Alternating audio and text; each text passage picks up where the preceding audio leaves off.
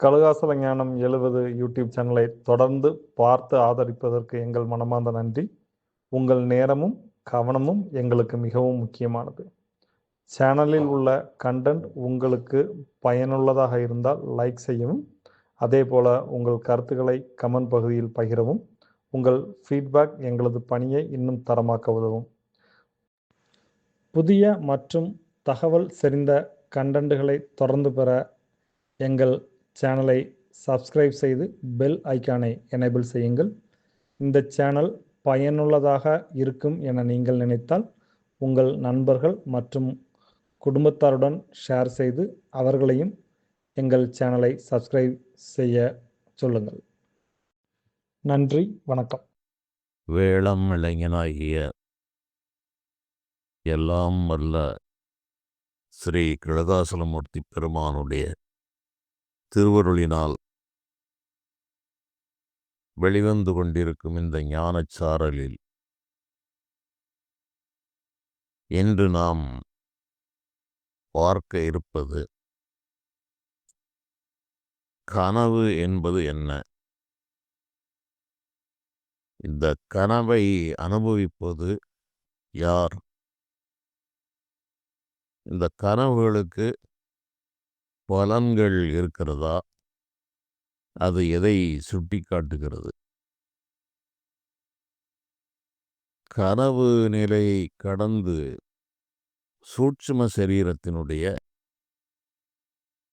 பயணம் எப்படி இருக்கிறது என்ற சில விளக்கங்களை நாம் இன்று பார்க்க இருக்கிறோம். இந்த மானிட வாழ்வில் இறைவன் இந்த உடலோடு சேர்ந்து இருக்கிற ஜீவனுக்கு 5 நிலைகளை வைத்திருக்கிறார். அதை பஞ்ச அவஸ்தைகள் என்று கூறுவார்கள். விழிப்பு, கனவு, தூக்கம், துரியம் என்ற ஒரு நிலை, துரிய அதீதம் என்ற ஒரு நிலை. இதை ஜாக்கிரம், சொப்பனம், சுசுப்தி, துரியம், துரிய அதீதம் என்று இதை வேதாந்த நூல்கள் கூறுகிறது. இதில் நம்முடைய வாழ்க்கை இன்று 24 மணி நேரம் ஒரு நாள் என்று நாம் பிரித்திருக்கிறோம். அதில் மனிதன் விழித்திருக்கிற நேரம் ஒரு 18 மணி நேரங்கள் விழித்து செயல் ஆற்றுகிறார். ஒரு 8 மணி நேரம் உறக்கம். இந்த விழித்திருக்கிற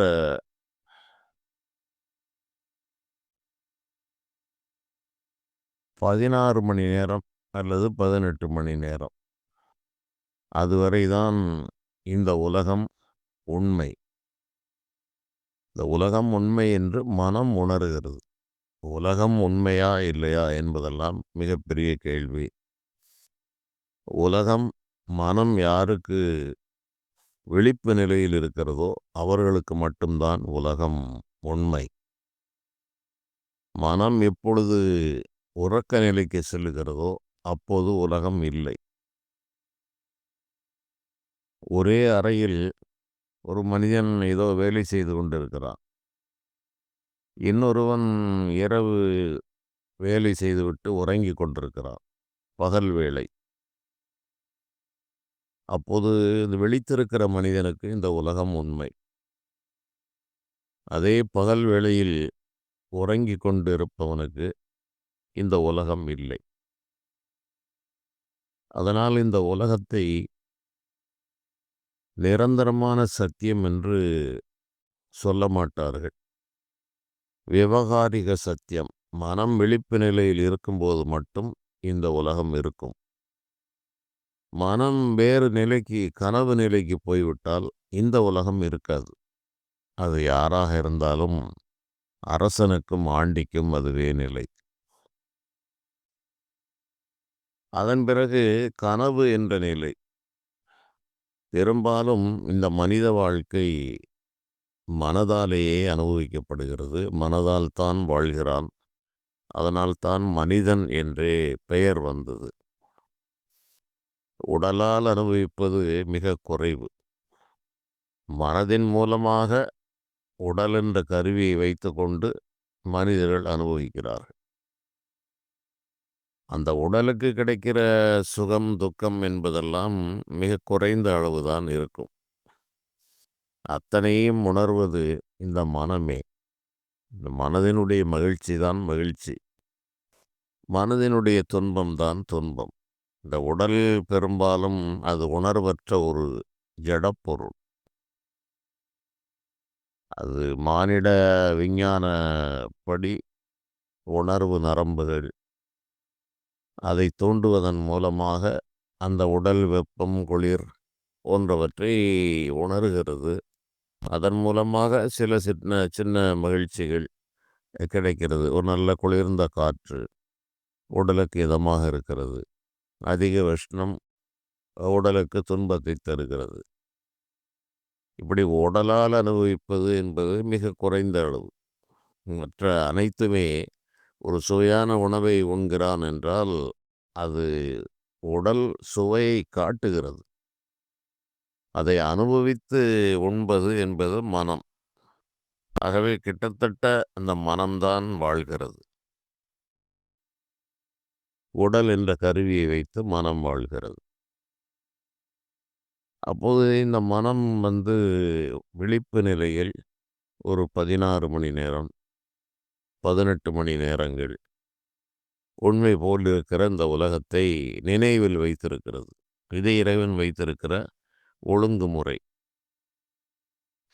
இன்று நாம் யார், நம்முடைய வயது என்ன, பிறந்த தேதி என்ன, ஒரு மனிதன் அவன் மாணவனா அல்லது வேலைக்கு செல்லக்கூடிய நபரா, அவருடைய அன்றாட வேலைகள் என்ன, நாளைக்கு என்ன வேலை, அவருடைய வீடு எங்கே இருக்கிறது, அவருடைய உறவினர்கள் யார் யார் என்பதையெல்லாம் நினைவில் வைத்து கொண்டு அவர் ஒழுங்காக இருந்தால் உலகம் அவரை சரியாக இருக்கிறார் என்று ஏற்றுக்கொள்ளுகிறது.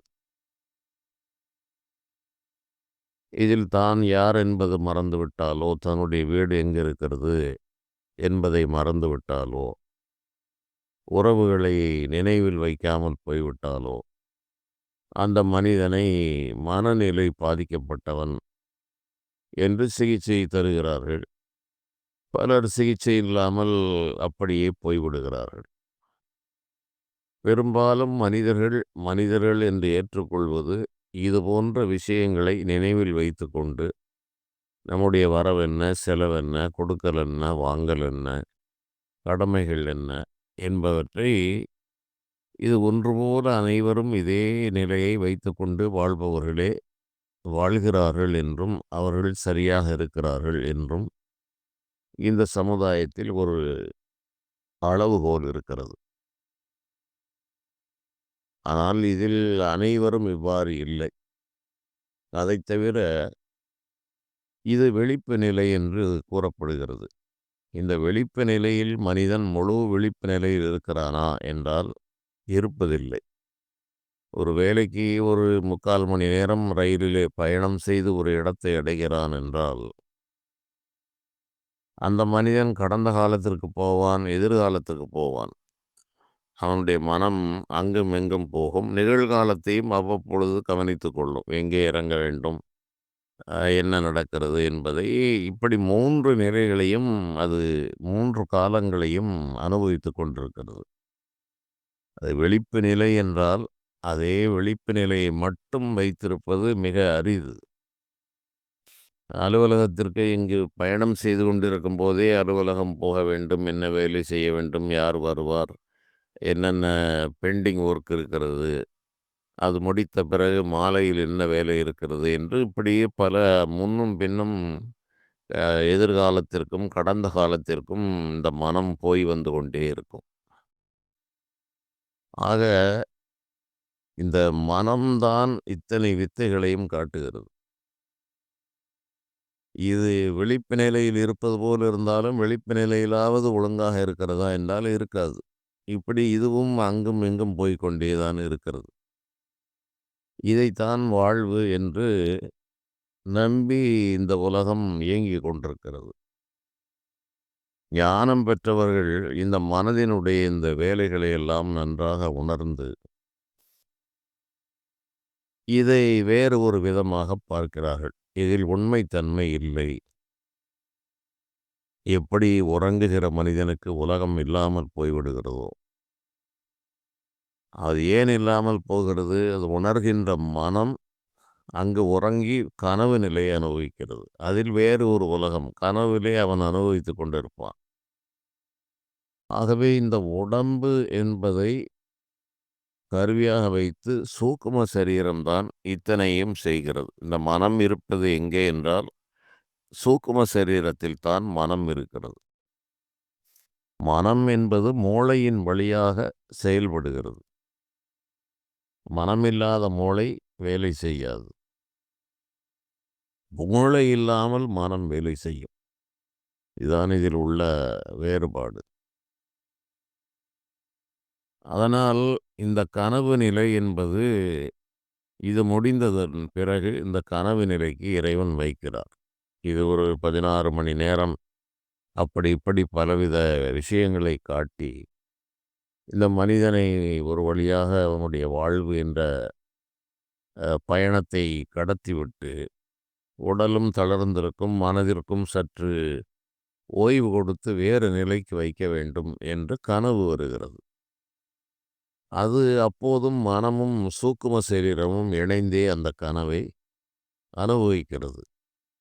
இந்த கனவை சூக்கும சரீரத்தில் உள்ள மனம் அனுபவித்துக் கொண்டிருக்கும் போது அது ஆழ்ந்த கனவு, வலிமையான கனவு என்றால் அது நம்முடைய வெளி உடலையும் பாதிக்கிறது. கனவிலே ஒரு பயங்கரமான காட்சியை பார்த்து அலறி துடிக்கிறவர்களும் இருக்கிறார்கள். துன்பமான காட்சியை பார்த்து கனவிலே அழுது இந்த உடலில் கண்களில் கண்ணீர்கள் வரக்கூடிய நிலையும் இருக்கிறது. கனவிலே சிரித்து அங்கே மகிழ்ச்சியான ஒரு காட்சி என்றால் சிரிக்கிற தன்மையும் அதிலே இருக்கிறது. இப்படி இந்த கனவினுடைய வலிமையை பொறுத்து அது ஸ்தூல உடலை தாக்குகிறது. அந்த அளவு இந்த கனவுக்கு முக்கியத்துவம் இருக்கிறது. எப்படி உடலோடு வாழும்போது இந்த உலகம் உண்மையோ, அதுபோல இந்த கனவு காணும்போது அதுவும் உண்மைதான். அப்போது இது மறைந்துவிடும். அதுவரை நாம் யார், என்ன, ஏது, நம்முடைய வயது என்ன, வருமானம் என்ன, கடன் எவ்வளவு, கஷ்டம் எவ்வளவு என்று எந்த நினைவும் இல்லாமல் வேறு ஒரு உலகத்தில் அது காண்கிறது. இதை பொதுவாக என்ன கூறுவார்கள் என்றால், பலவிதமான ஆசாபாசங்கள், எண்ணங்கள் மனதில் தோன்றிக் கொண்டே இருக்கும். அதில் இந்த சமுதாய கட்டுப்பாடு என்று பல விஷயங்களில் இந்த மனதில் எழுகிற அனைத்து விஷயங்களையும் நிறைவேற்ற முடியாது. ஒரு மனிதருக்கு ஒரு உயரதிகாரி இருக்கிறார். அவரிடம் சொன்னதையெல்லாம் இவர் தலையை ஆட்ட வேண்டிய நிலையில் இருப்பார். ஆனாலும் சில எதிர்கருத்துக்கள் இவருக்கு இருந்து கொண்டே இருக்கிறது. அதுபோலவே வீடுகளிலும் பல பார்க்கிற நண்பர்கள் என்று பல விதங்களிலும் மாறுபட்ட கருத்துக்கள் இருக்கும். ஆனால் சொல்ல முடியாமல் இருக்கும். பல ஆசைகள் இருக்கும். அதை நிறைவேற்றிக் கொள்ள முடியாமல் இருக்கும். பண வசதி இல்லாமல் இருக்கும். அல்லது சூழ்நிலை சரி இல்லாமல் இருக்கும். இப்படி நிறைவேறாத ஆசைகள், அடக்கி வைக்கப்பட்ட உணர்வுகள், இவையெல்லாம் இந்த மனம் சேமித்து வைத்து கனவின் வழியாக அதை பலம் இழக்க செய்கிறது. இதுதான் சாமானிய மனிதர்களுக்கு வரக்கூடிய கனவு. இதை இன்று ஆய்வாளர்களும் அதை ஏற்றுக்கொள்ளுகிறார்கள். பல பல ஆசைகளை வைத்திருக்கும், உணர்வுகளை வைத்திருக்கும் இந்த மனம் கனவின் வழியாக அதை பலமிழக்கச் செய்து அந்த கனவு உடல், சொப்பன உடல் என்ற அந்த ஆவி உடல் மூலமாக அதை வேறு ஒரு நிலையில் அனுபவித்து அதை கழித்து விடுகிறது. அவ்வாறு செய்யாவிட்டால் அது மன அழுத்தம் என்று சொல்லி அது ஏறிக்கொண்டே போகிறது. இதற்காக இறைவன் வைத்தது இந்த கனவு. இது ஒரு கருணையினால் இந்த ஜீவனுக்கு இறைவன் கொடுத்த ஓய்வு என்று திருமூலர் பெருமான் கூறுகிறார். இது ஒரு அழிவு, சம்ஹாரம் என்று கூறுகிறார்கள். பொதுவாக இறைவனுக்கு சம்ஹாரம் செய்கிறார் என்றால் அவர் மொத்தமாக என்றோ ஒரு நாள் அனைத்தையும் அழித்து விடுவார் என்று ஒரு பொதுவான கருத்து இருக்கிறது. அது ஒரு பிரளய காலத்தில் அவ்வாறு செய்யப்படும் என்று ஞான நூல்கள் கூறுகிறது. அதுவும் உண்மைதான். அது மிக சூட்சுமமானது. அழித்தல் என்பது அந்த காட்சியை மறைப்பது, வேறொரு காட்சியை புகுத்துவது. அதற்கு மிகுந்த பிரயாசை எல்லாம் இறைவன் பட வேண்டிய அவசியமில்லை.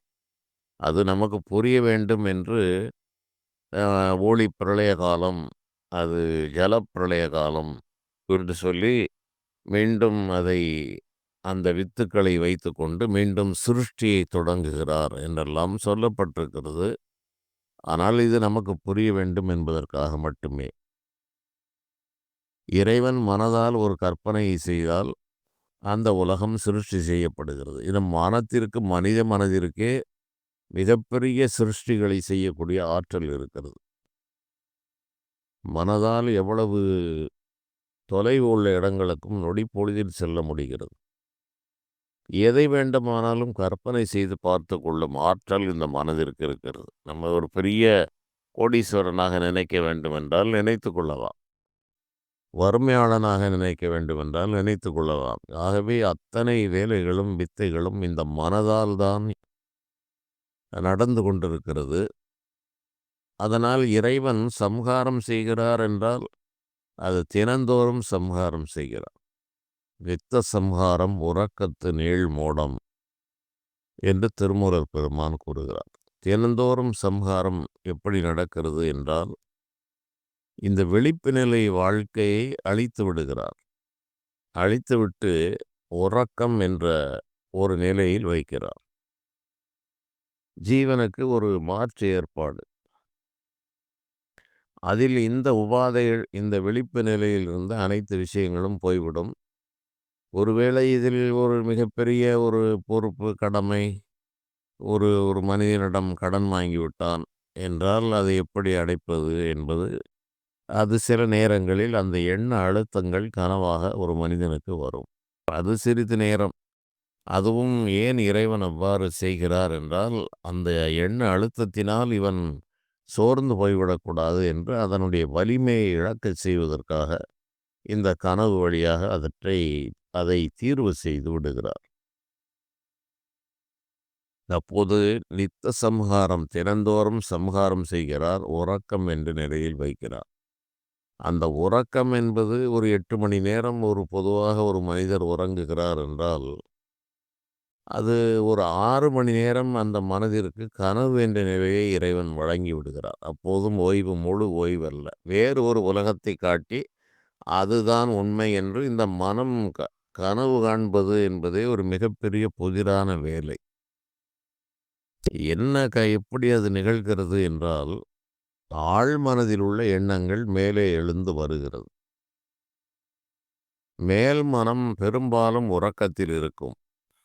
ஆழ்மனதில் அடக்கி வைக்கப்பட்ட எண்ணங்கள், நிறைவேறாத ஆசைகள், உணர்வுகள், பார்த்த நிகழ்ச்சிகள், பல பிறவி விஷயங்கள், இப்படி பல இருக்கிறது. இவற்றை மனம் தன்னுடைய வசதிக்கு ஏற்ப அந்த ஆழ்மனம் மேல் மனதிற்கு கொடுக்கிறது.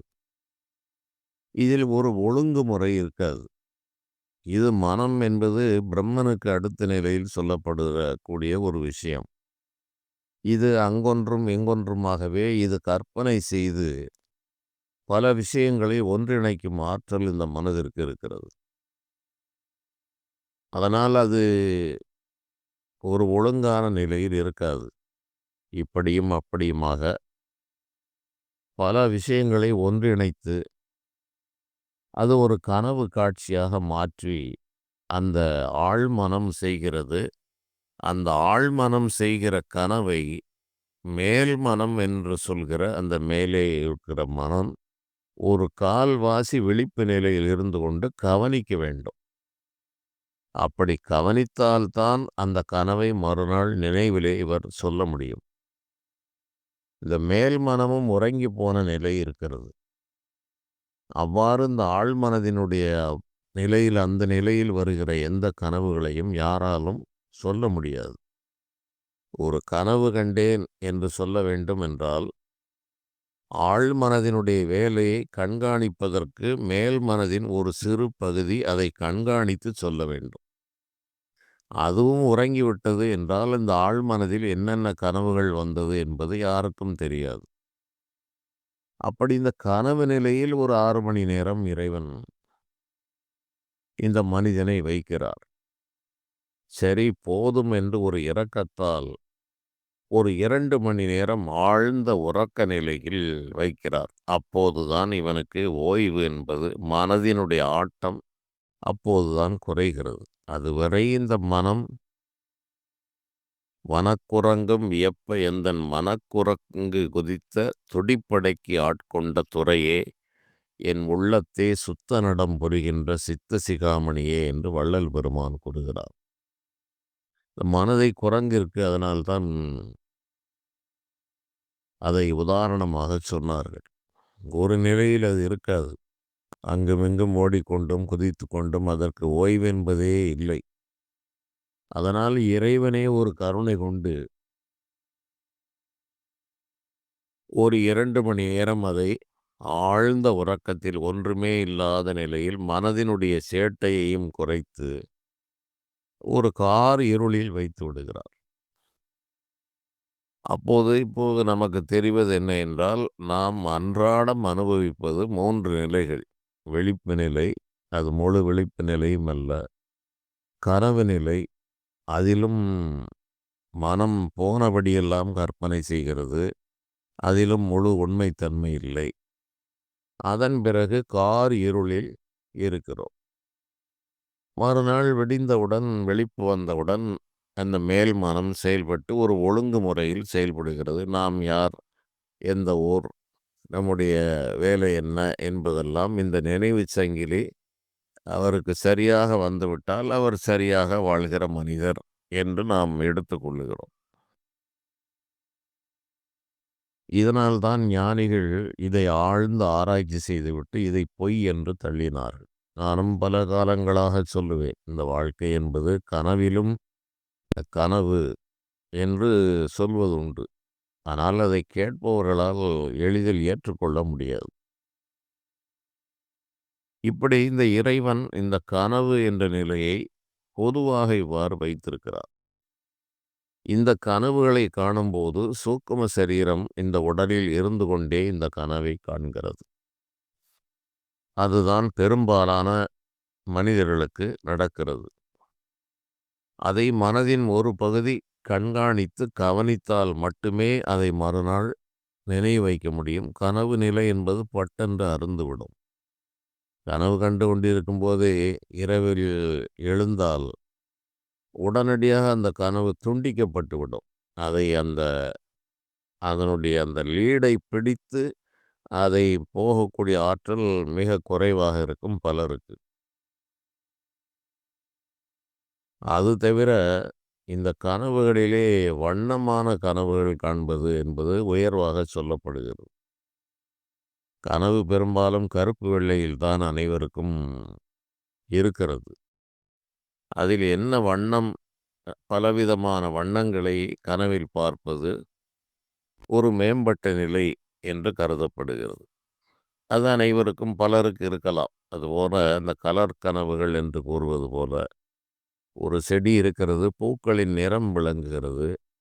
ஒரு இறை தரிசனம் என்று வைத்து கொண்டால், இறைவன் என்ன ஆடை அணிந்திருக்கிறார், என்ன வண்ணத்தில் அந்த அம்பாளோ இறைவனோ அந்த ஆடை உடுத்தியிருக்கிறார்கள் என்பதெல்லாம் இவரால் கூற முடிகிறது. அப்போது இந்த கலர் கனவுகள் அதில் சற்று மேம்பட்ட நிலையில் இருக்கிறது. இவை எல்லாமே இந்த உடம்பை வைத்துக்கொண்டு உடம்பிலே அனுபவிக்கிற விஷயங்கள். இதுதான் கனவு. இன்னும் ஒரு அனுபவம் இருக்கிறது. அது இந்த சூக்கும சரீரம் உடம்பை விட்டு வெளியே சென்று அனுபவிப்பது. இந்த கனவு நிலையில் அப்படியே இந்த குழந்தையை தொட்டிலில் போட்டு ஆட்டுவது போல, அது குழந்தை உறங்கிவிட்டால் அந்த தாய் ஆட்டுவதை நிறுத்தி விடுவார். அந்த நிலைக்கு இந்த மனதை ஏமாற்றி கொண்டு சென்று வைத்துவிட்டு, இந்த சூக்கும சரீரம் வெளியே போய்விடும். அதுவும் தினந்தோறும் இறைவன் செய்கிறார். வைத்த சங்காரமும் சாக்கராதீதமாம் என்று கூறுகிறார். சாக்கரம் என்ற விழிப்பு நிலைக்கு அடுத்த நிலையில் வைக்கிறார். அது இறுதியாக வேறொன்றை சொல்வார். வைத்த சங்காரம் பரனருள் உண்மையே. இந்த 3 துன்ப நிலைகளில் இருந்து அவனை விடுவிப்பதுதான் இறைவனுடைய அருள் என்று கூறப்படுகிறது. இந்த 3ம் மனிதர்களை மனம் செய்கிற ஒரு ஏமாற்று வேலை. அந்த நிலையில் இந்த சூக்கும சரீரம் வெளியே புறப்பட்டு சென்று அவரவர் தகுதிக்கு தக்கவாறு இந்த உடல் சுமையிலிருந்து இறைவன் விடுவிக்கிறார். அதையும் சம்ஹாரம் என்றே கூறுகிறார்கள். இந்த உடலுக்கு கொடுக்கக்கூடிய சூக்கும சரீரத்திற்கு கொடுக்கும் ஓய்வு. அதுதான் இந்த பளு நிறைந்த கனம் நிறைந்த இந்த பூத உடலை சுமந்து கொண்டிருப்பது சூக்கும சரீரம். ஓய்வு அதற்குத்தான் தேவைப்படுகிறது. இந்த உடலுக்கும் அசதி என்பது இருந்தாலும் இதை தூக்கி சுமக்கிற அந்த உடலுக்கு அசதி ஏற்படும் போது இந்த உடம்பை கீழே போடுவதற்கு அது முயற்சிக்கிறது. அதற்கு ஓய்வு கொடுத்தால்தான் அது மீண்டும் செயல்பட முடியும். அது தவிர அது எப்போதும் சுமந்து கொண்டிருக்காது. இந்த குழந்தை உறங்கியவுடன் தாய் ஆட்டுவதை நிறுத்துவது போல உடம்பை விட்டு வெளியே போய் உலாவி அது ஓய்வுகளை எடுக்கிறது. அது அவரவருடைய சக்திக்கு தக்கவாறு அந்த தொலைவுகள் அமைகிறது. நன்கு பயிற்சி பெற்ற ஒரு ஞான நிலை பெற்றவர்களுக்கு விழிப்பு நிலையில் இருக்கும்போதே இந்த சூக்கும உடல் வெளியேறி போய்விடும். அங்கே போய் சில வேலைகளை பார்த்துவிட்டு வந்து சேர்ந்து விடும். அவையெல்லாம் ஒரு தனி அனுபவங்கள். பொதுவான மனிதர்களுக்கு இவ்வாறு அனுபவம் இருக்கிறது. இந்த ஞானம் பெற்றவர்கள், யோக நிலை பெற்றவர்களும் இந்த சூக்கும சரீரத்தில் பல காத மைல், பல காத தூரங்கள் செல்கிறார்கள். பல பல இடங்களுக்கு செல்கிறார்கள். காற்று போன்ற அந்த உடல் இருக்கிறது.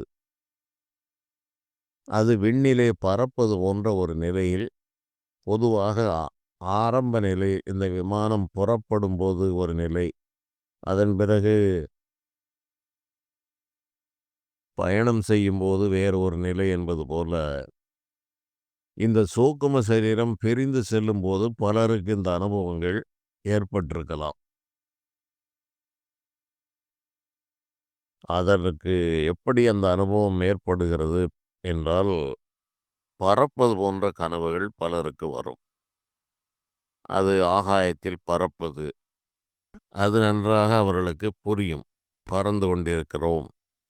அவ்வாறு பறந்து செல்லும்போது இந்த மின்சார வயர்கள், இடையூறுகள் வந்தால், அதை விட்டு விலகிச் செல்கிற ஒரு மனநிலையை அது அந்த கனவில் உணர்கிறது.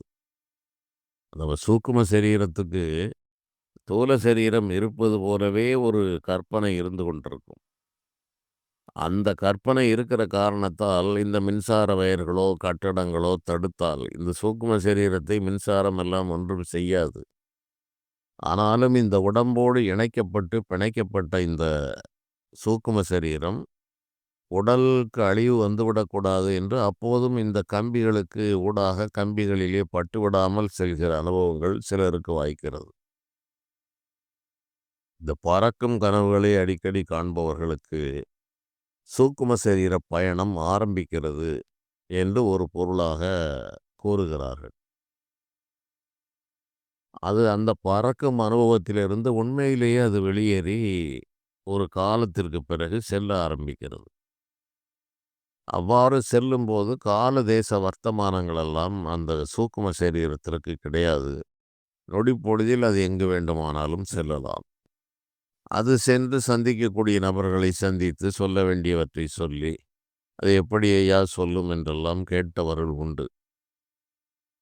இது ஒரு சூக்கும சரீரம் கா தூக்க நிலையிலே செல்கிறது அல்லது அந்த மனிதனுடைய விழிப்பு நிலையிலே செல்கிறது என்றால், இன்னொரு மனிதன் உறக்க நிலையில் இருக்கலாம் அல்லது விழிப்பு நிலையில் இருக்கலாம்.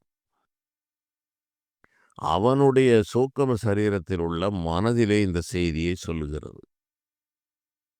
அப்போது அவனுக்கு மனதிலே உதயமாகிறது. ஒரு கருத்து உருவாகிறது. அந்த கருத்து உருவாவது என்பதெல்லாம் இவ்வாறு யோகிகள், ஞானிகள், இறைவன் அவர்கள் மூலமாக சில உணர்வுகளை இவனுக்கு உணர்த்துகிறார். இவன் விழிப்பு நிலையில் இருந்தால் அது எண்ணமாக இவன் மனதிலே சென்று படிகிறது. இவனும் தூக்க நிலையில் இருந்தால் அவனுடைய அந்த சூக்கும சரீரத்தோடு இவர்கள் தங்களுடைய கருத்தை பதிய வைக்கிறார்கள். அந்த மனிதனுக்கு அது ஒரு கனவு அனுபவம் போல் யாரோ வந்தார், சொன்னார். இப்படி இப்படி செய், இதை இப்படி செய் என்று அவனுக்கு அது தெளிவாக புரிகிற நிலையில் இருக்கும். இப்படி பலர் கேட்பார்கள். இதை வரையறுத்து இப்படித்தான் என்று வாயினால் கூறுவது கடினம். ஓரளவு நான் கூறுகிறேன். நீங்கள் மற்றவற்றை உங்களுடைய யூகத்தால் நீங்கள் ஆழமாக ஆய்வு செய்து பார்த்து கொள்ளலாம். இப்படி இந்த கனவு என்பது உடலோடு அனுபவிக்கிற பெரும்பாலும் தன் மன எண்ணங்கள் என்பது ஒரு நிலை. உடம்புக்கு வெளியே போய் இந்த உடலால் சூக்கும உடலால் செய்கிற காரியங்கள் என்பது வேறு. இரண்டையும் பிரித்து பார்க்க வேண்டும். அது அநேகருக்கு இயலாத காரியமாக இருக்கிறது.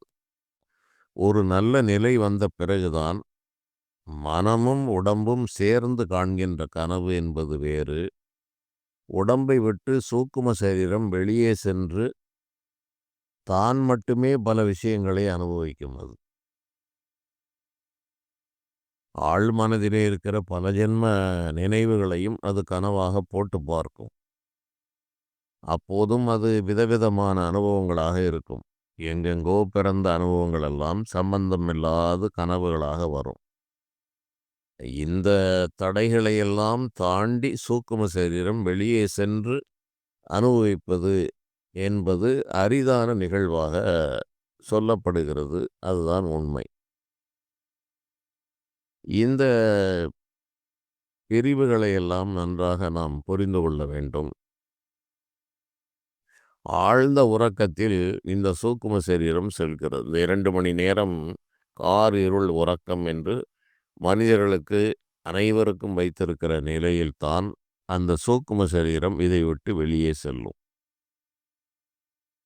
சென்று செயலாற்றுகிற ஆற்றல் என்பது அது மிக குறைந்த ஒரு நபர்களுக்கே இருக்கிறது. இதில் ஒரு பெரிய வியப்பு என்பதெல்லாம் இல்லை. இதை பலர் வியப்பாக பார்க்கும் நிலை இருக்கிறதே தவிர, இறைவனுடைய அந்த நிர்வாக ரகசியங்களை புரிந்து கொண்டவர்களுக்கு இதில் பெரிய அதிசயமாக பார்ப்பதற்கோ, வியந்து பார்ப்பதற்கோ எதுவுமே இல்லை. ஏனென்றால் அனைத்துமே இங்கு புதிராகவும், ரகசியமாகவும், மாயமாகவும் தான் வைக்கப்பட்டிருக்கிறது. எந்த அளவு இந்த இறைவனுடைய மாய வித்தைகளை இவர் உணர்கிறாரோ, அந்த அளவு இவர் தெளிவு பெற்றவராகிறார். இப்படி பலவிதமான ஏமாற்று வேலைகளை இறைவன் செய்கிறார் என்றுதான் ஞானிகள் கூறுகிறார்கள்.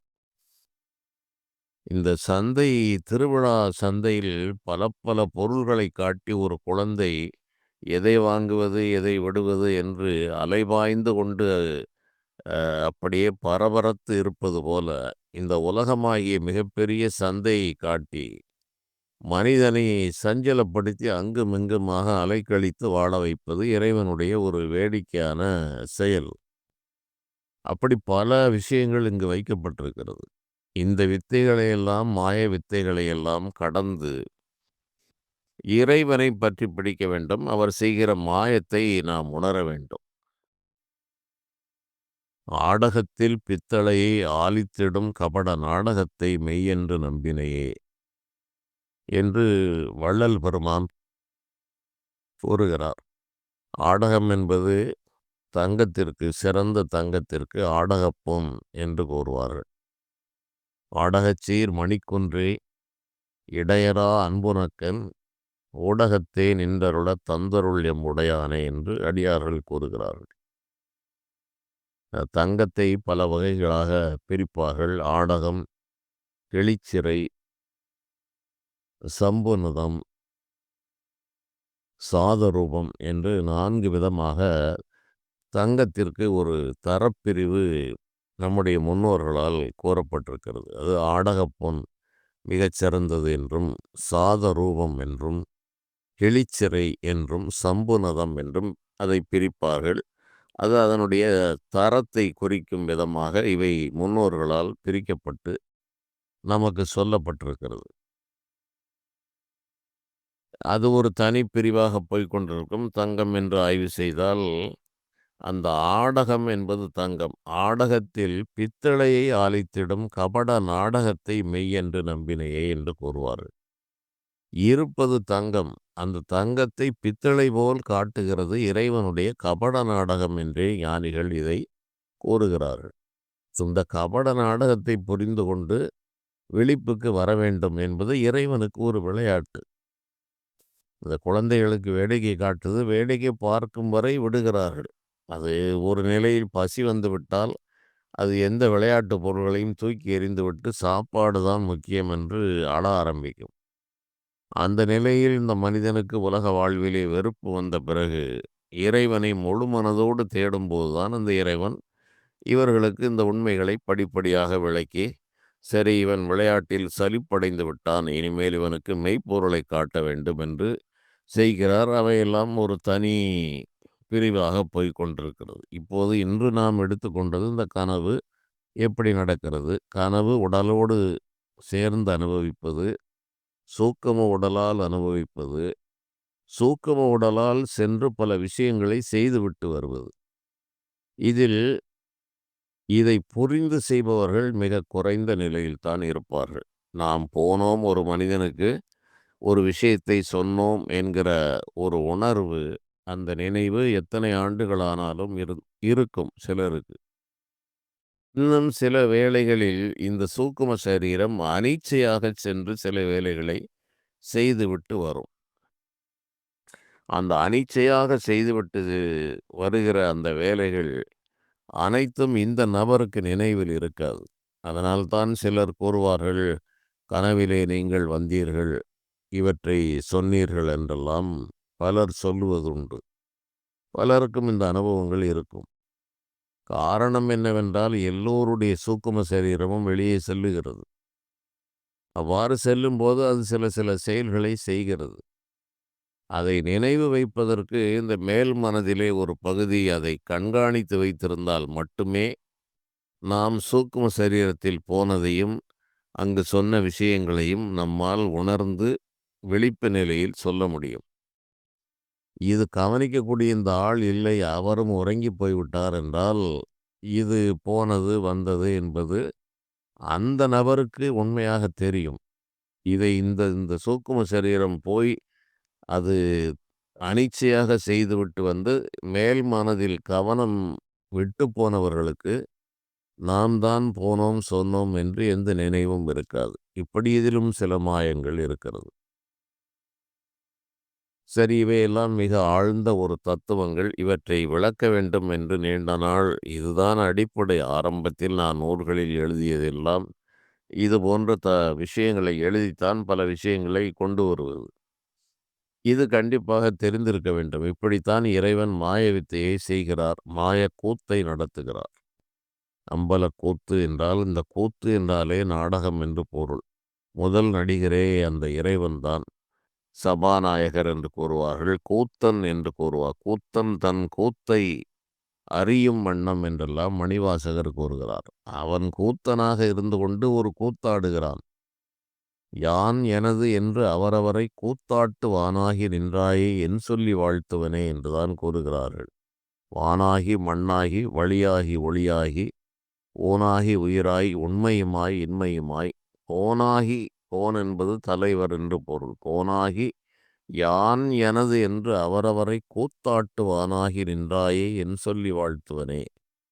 இவனுக்கு என்று தனித்தன்மை இல்லாத நிலையில் யான் எனது என்ற ஒரு மயக்கத்தை உருவாக்கி, இவனுக்கு என்று எந்த சொந்தமும் இல்லை, எந்த ஒரு உரிமையும் இல்லாதவற்றையெல்லாம் இவன் நான் என்றும் எனது என்றும் நினைப்பது மிகப்பெரிய ஒரு அறியாமை இருள். அந்த நிலையை வைத்து கொண்டுதான் இந்த உலக கூத்தை அவர் நடத்துகிறார். யான் எனது என்று அவரவரை கூத்தாட்டுவானாகி நின்றாயை என் சொல்லி வாழ்த்துவனே.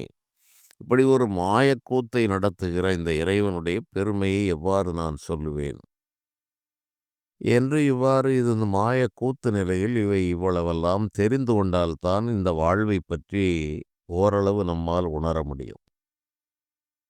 இதை நன்கு தெரிந்து கொண்ட ஞானிகள் தான் இந்த உலக வாழ்க்கையை பொருட்டாக அவர்கள் எண்ணுவதே இல்லை. இதை முற்றிலும் உணர வேண்டும். இது செய்தி அளவில் கேட்டு அது நடைமுறையில் அனுபவத்தில் உணர்ந்து விட்டால் அத்தனையும் இது ஒரு திரைப்பட காட்சி போல விளங்கும்.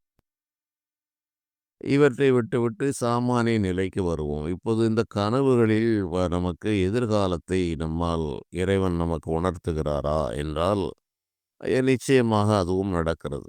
இந்த உலகம் கனவு என்று பொருளற்றது என்று தள்ளிவிட முடியாது. அதுதான் இறைவனுடைய நிர்வாகம். அந்த பொருளற்ற இந்த கனவு போன்ற வாழ்க்கைக்கு ஒழுங்குமுறை இருக்கிறது. ஒரு அணு அளவும் அதில் விதிவிலக்குகளும் இல்லை. தன் போக்கிலே நிகழ்வதும் இல்லை. அது ஒரு வரையறைக்கு உட்பட்டுத்தான் இந்த வாழ்க்கையே நடக்கிறது. கனவும் அப்படித்தான் நடக்கிறது. என்ன கனவு இன்று காண வேண்டுமோ அதைத்தான் இந்த மனம் காண முடியுமே தவிர அதை தாண்டி இது போக முடியாது. அதுபோல இதில் அனைத்திலும் ஒழுங்கு இருக்கிறது. ஒழுங்கில்லாமல் இறைவன் வைக்கவில்லை என்பதை உணர்ந்துதான் தெய்வ நிர்வாக ரகசியங்கள் என்ற கருத்தையே நான் வெளியே சொல்ல வேண்டும் என்று நான் ஆரம்பித்தேன். ஆரம்ப காலங்களில் அதீத ஞான நிலையில் இருந்தபோது இது கனவென்றே தள்ளி விடுவது வழக்கம். இதில் என்ன மதிப்பு இருக்கிறது என்று. அதன் பிறகு இதை ஆய்வு செய்து பார்த்தால் இந்த கனவிலும் தன்னுடைய விருப்பப்படி எதுவும் நடக்கவில்லை. இதில் மிகப்பெரிய ஒழுங்குமுறைகளை இறைவன் வைத்திருக்கிறார் என்ற ரகசியத்தை தெரிந்து கொண்ட பிறகுதான் தெய்வ நிர்வாக ரகசியம் என்றே நான் இதை பலருக்கும் கூறுவதை வழக்கமாக்கினேன். அப்போது இந்த கனவுகள் எதிர்காலத்தை காட்டுகிறது. பொதுவாக கனவிலே மனிதர்கள் தீமை தரக்கூடிய நிகழ்வுகள் என்று சொல்கிறவற்றை கனவாக காணும்போது நல்ல விளைவுகளும், நல்ல விஷயங்கள் என்று நினைப்பதை காண்பது அவர்களுக்கு எதிர்மறையான விளைவுகளையும் ஏற்படுத்துகிறது என்பது பொதுவான விதி. பொது திருமணம் நடப்பது என்பது மானிட வாழ்க்கையில் அது மகிழ்ச்சி தரத்தக்க ஒரு நிகழ்ச்சி என்று பார்க்கப்படுகிறது. அதே அதே விஷயத்தை கனவிலே திருமணத்தை பார்ப்பது நல்ல விளைவை தராது என்பது கனவினுடைய விதி. அதுபோல இறந்து போனது என்பது மானிட வாழ்க்கையில் துன்பத்தை தருவது. அங்கே இறப்பு, பிணம் என்பவற்றை கண்டால் அவர்களுக்கு நல்ல நிகழ்ச்சிகள் நடக்கப் போகிறது என்று அறிந்து கொள்ளலாம். நெருப்பு பிடித்து எரிவது போன்ற கனவுகளை கண்டால் அவர்களுடைய சுற்றத்தார்கள், உறவினர்களுக்கு அங்கே பெண்கள் பருவ வயதை அடைவார்கள் என்று தெரிந்து கொள்ளலாம். இது பலருக்கும் அனுபவமாக இருக்கும். தீப்பிடித்து எறிவது போல் கண்டால் பெண்கள் பக்குவத்தை அடைகிறார்கள். இறந்து போனது போல் கனவு கண்டால் அவர்களுக்கு ஒரு ஆயுள் தோஷம் கழிந்து விடுகிறது, நல்லவை நடக்கப் போகிறது. தேரை கனவில் காண்பது, கோயில் ஆலயத்தின் தேரை கனவில் காண்பது சிறப்பாக சொல்லப்படவில்லை. அவ்வாறு காண்பது சாமானிய மனிதர்களுக்கு ஒரு சிரமத்தை தரத்தக்கது என்றும் கூறுவார்கள். இது ஆளுக்கு ஆள் மாறுபடும். அவருடைய மனத்தகுதிக்கு ஏற்ப மாறுபடும். அதைப்போல நல்ல சமுத்திரத்தை கனவில் கண்டால் அவர்களுக்கு வாழ்க்கையில் ஒரு நல்ல உயர்ந்த நிலை கிடைக்கப் போகிறது. செல்வத்திலோ வேறு உடல் நலத்திலோ பலவிதமான நன்மைகள் நடக்கப் போகிறது.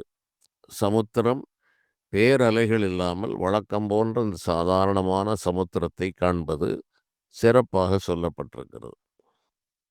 அதுபோலவே ஆறு என்றால் தெளிந்த நீரோடை, தெளிந்த தண்ணீருடைய ஆரவாரமில்லாத நதியை காண்பது இந்த மனிதனுக்கு நல்ல விஷயங்கள் நடக்கப் போகிறது என்பதற்கான அறிகுறியாக அவற்றை எடுத்துக்கொள்ளலாம்.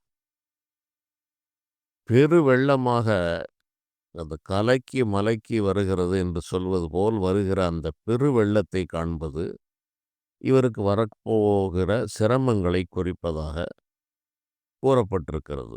அனுபவம் இவையெல்லாம் அனுபவத்தில் கண்டது, வெறும் சாஸ்திரத்தில் சொன்னவை மட்டுமல்ல.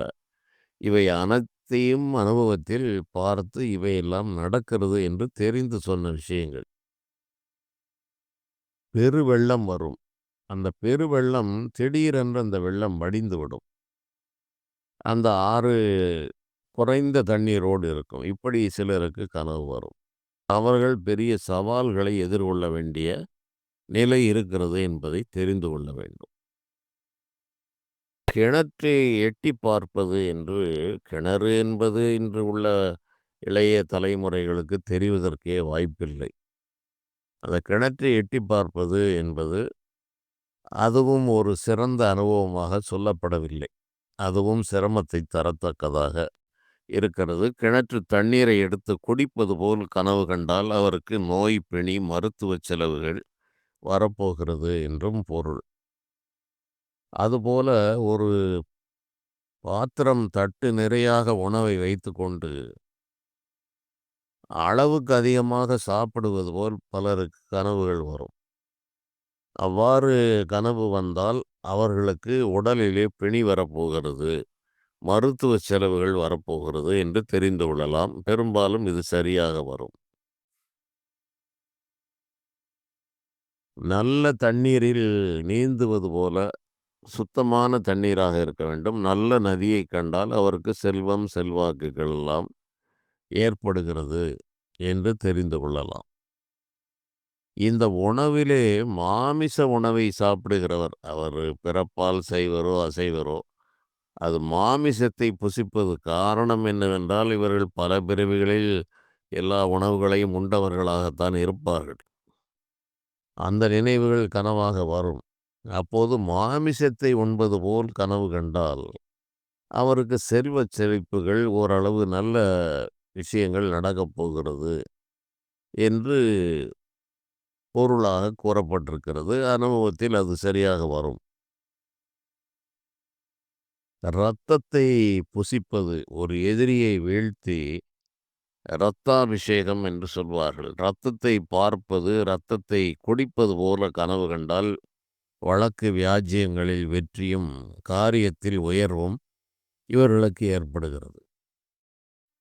அதை குறிக்கும் அடையாளமாக இதை நாம் எடுத்துக்கொள்ளலாம். கனவிலே பாம்புகளை கண்டால் எதிரிகள் வரப்போகிறார்கள் என்று எடுத்துக்கொள்ளலாம். படம் எடுத்த பாம்புகளை காண்பது.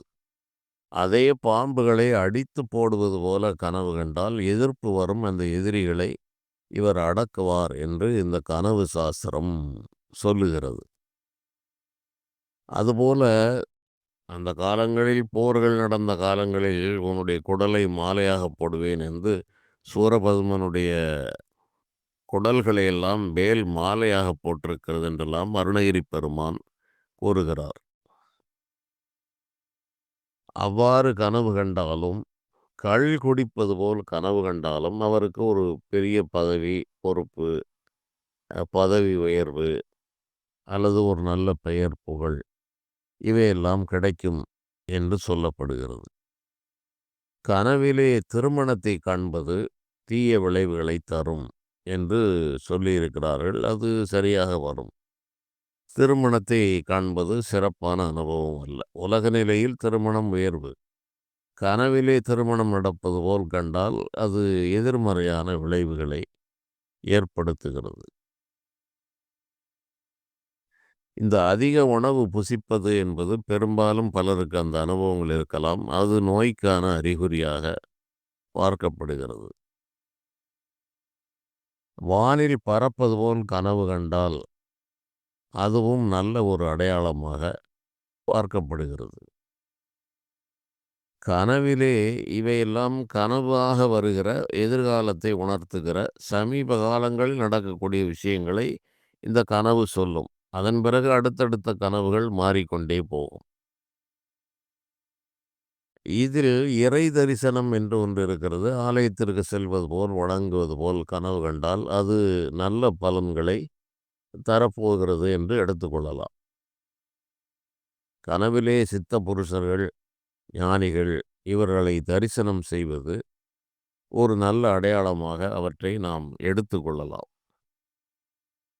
இறந்து போன முன்னோர்களை கனவில் காண்பதும் அதாவது உறவினர்கள் போன்றவற்றை கனவில் காண்பது, அவர்கள் கனவிலே வந்து பசிக்கிறது அல்லது அதை கொடு, இதை கொடு என்று கேட்டால், அவர்கள் நினைவாக இவர்கள் ஏதேனும் செய்து கொள்ள வேண்டும். அவர்கள் ஏதோ ஒரு இக்கட்டான நிலையில் இருக்கிறார்கள் என்பதை புரிந்து, அவர்கள் நினைவாக இவர்கள் ஏதேனும் செய்ய வேண்டும் என்று தெரிந்து அவ்வாறு செய்து கொள்ளலாம்.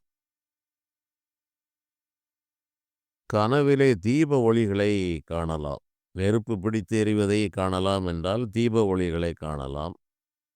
இப்படி சில விஷயங்கள் உயர்வாகவும் சொல்லப்பட்டிருக்கிறது. கனவிலே ராஜ தரிசனம் என்று கண்டால் அதுவும் சிறப்பான ஒரு நிலையை தருகிறது. இறந்து போன உடம்புகளைக் கண்டால், இறந்து போவது போல் கண்டால், அதுவும் நல்ல பலன்களே கூறப்பட்டிருக்கிறது. பொதுவாக வ உலக நிலையில் உயர்வு என்றால், கனவு நிலையில் அவை மாறுபாடாக வந்தால் சிறப்பு என்று பொதுவாக எடுத்துக்கொள்ளலாம். 1, 2 மட்டும் மாறும். ஆகவே இந்த கனவுகள் ஒரு சில மாதங்களுக்குள் நடக்கப் போகிற, அதிகபட்சம் 6 மாதங்களுக்குள் நடக்கப் போகிற நிகழ்ச்சிகளை சுட்டிக்காட்டுவதாக இருக்கிறது. அதிலும் கனவு எந்த வேளையில் அதிகாலையில் கண்ட கனவு பலிக்கும் என்றும், நள்ளிரவில் காண்கிற கனவுகளுடைய அனுபவம் சூக்கும சரீர அனுபவமாகவோ அல்லது அது வெளியே சென்று அனுபவித்தது என்று பல விதங்களில் பிரிக்கப்படுகிறது. பகல் கனவிற்கு பலன் இல்லை என்று சொல்லப்பட்டிருக்கிறது. இது பொதுவாக மனிதர்களுக்கு உள்ள காலம் மிக கடந்து போய்விட்டது. ஆகவே இதனுடைய தொடர்ச்சிகளை மேலும் பார்க்கலாம். நன்றி.